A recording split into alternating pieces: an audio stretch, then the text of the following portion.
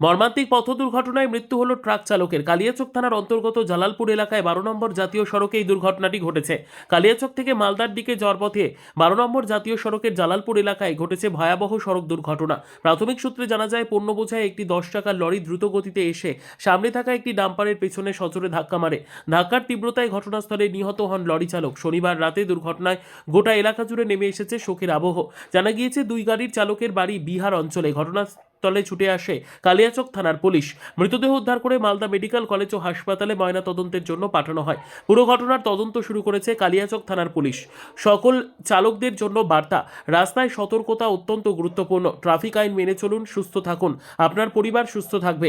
রাতে ঘুম আসলে অবশ্যই পেট্রোল পাম্প বা নির্দিষ্ট বিশ্রামস্থলে গিয়ে বিশ্রাম নিয়ে তারপর গাড়ি চালান।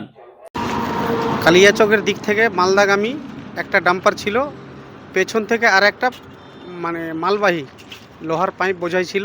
যা দেখতে পেলাম, পেছনের লরিটা সামনের লরিটা ডাম্পারটাকে ধাক্কা মারে, সঙ্গে সঙ্গে ড্রাইভারটা স্পট ডেড করে যায়।